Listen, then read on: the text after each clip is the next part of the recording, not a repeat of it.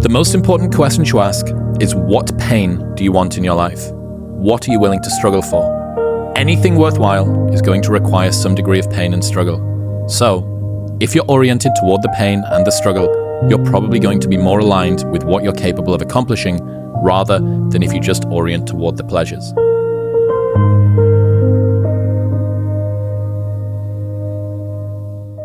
I got to show you this. So Mark Manson put this quote up a few months ago, and I've not been able to stop thinking about it. The most important question to ask is, what pain do you want in your life? What are you willing to struggle for? Anything worthwhile is going to require some degree of pain and struggle. So, if you're oriented toward the pain and the struggle, you're probably going to be more aligned with what you're capable of accomplishing rather than if you just orient toward the pleasures. So good, because we say, find the thing which you enjoy the most, but really what you're finding is, what is the pain you're prepared to swallow the most? Nothing worthwhile is going to come without discomfort. You know, even for me and you, love doing the show, love speaking to all these interesting people, get to fly around the world and all. But I would be lying if I said I love writing show notes or doing research in Guatemala airport at 3 a.m. because I'm on a delayed flight and I've got an episode tomorrow. Like, it's grind. It's grind that I care about, and it's grind that I can do that other people couldn't do. But it's not grind, right? This goes to the discipline equation. Which Yes.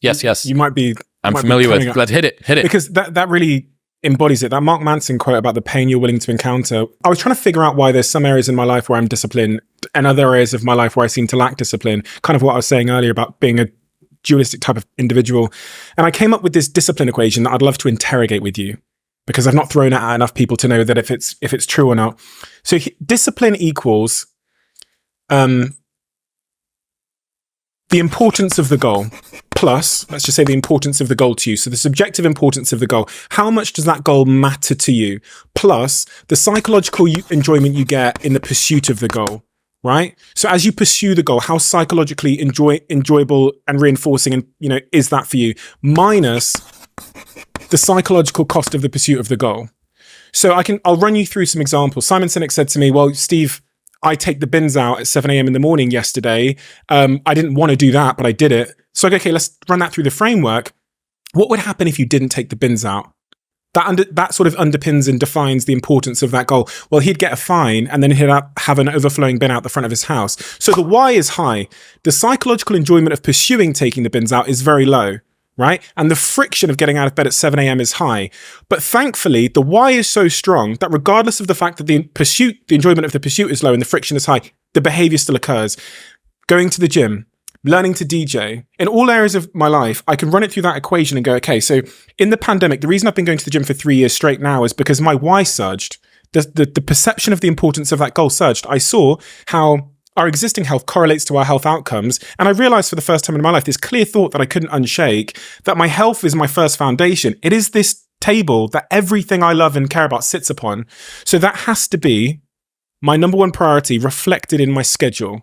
So that changed, that went up. The psychological pursuit of going to the gym is kind of enjoyable. There's a bit of a dopamine release there and it's fun to do that. Feels good for my self-esteem. And the friction associated with it is low, unless I go to a gym where people know me, and I spend the whole time talking.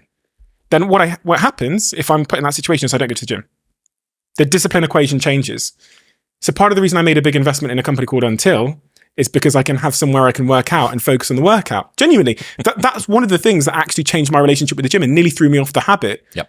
Was that psychological cost. So how does that sit with you? It does. You've got the discipline equation: death, time, and discipline. Yeah. What's the death part? So when I started writing that particular chapter in my book, to understand discipline, you have to understand the scarcity of time. Because, so I started because I was going to write a chapter about time management. People want to know how to manage their time. And as I went through the hundreds of available time management techniques, I realized the Pomodoro technique, the time blocking, all this 1, 2, 3, 4, the ABC. The reason why there's so many time management techniques is because none of them work unless you have this underlying thing called discipline. It's the same in the fad diet industry. That industry will always churn out new things because there's an underlying issue, which is discipline. So it's kind of a mirage industry. So the chapter pivoted and started focusing on discipline. Well, the next thing was time. Why is time important? Round the numbers, how old are you now? 35. Okay, so if you reach the average age of an American, you have just over 17,000 days left to live. And I think all of that goes to show that time is the currency we're playing with in every moment of our lives. It's the center point of our influence. I talk about the roulette table of my life. It's the frame I think through, where we wake up in the morning with these 24 chips.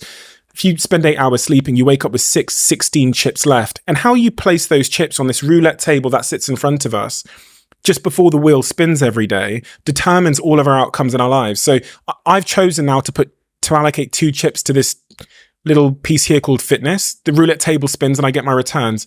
As I went down that chapter, I realized that in the context of time and death and time management, the most important question to answer, the fundamental, is discipline. How can I allocate more of these chips to the things that are in line with my values? Where does this thing called discipline come from? If it underpins everything we do, it even underpins what you just said there with Fred again in that Mark Manson quote. The reason why Fred again is doing that is because his discipline equation is in line. If for whatever reason you just tipped any part of that equation, you could knock him off that discipline. Yeah. With Jimmy Carr and with all these people that go do that decade of dedication to become masters in their craft, if you look to their discipline equation, you'll see moments where the friction came up and they fell off, or they got writer's block, or whatever it might be called in their context. And then, so you can influence your discipline if you understand that equation. When my DJ equipment was on the floor of my spare room, I did not DJ. Never going to use it.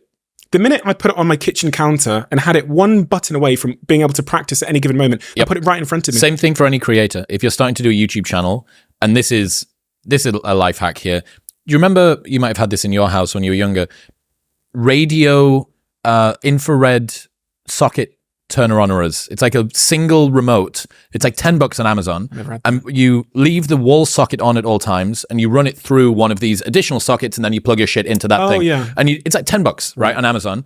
My entire studio at home is run through one of these. So I go in and I just press 1, 2, 3, 4 and everything comes on.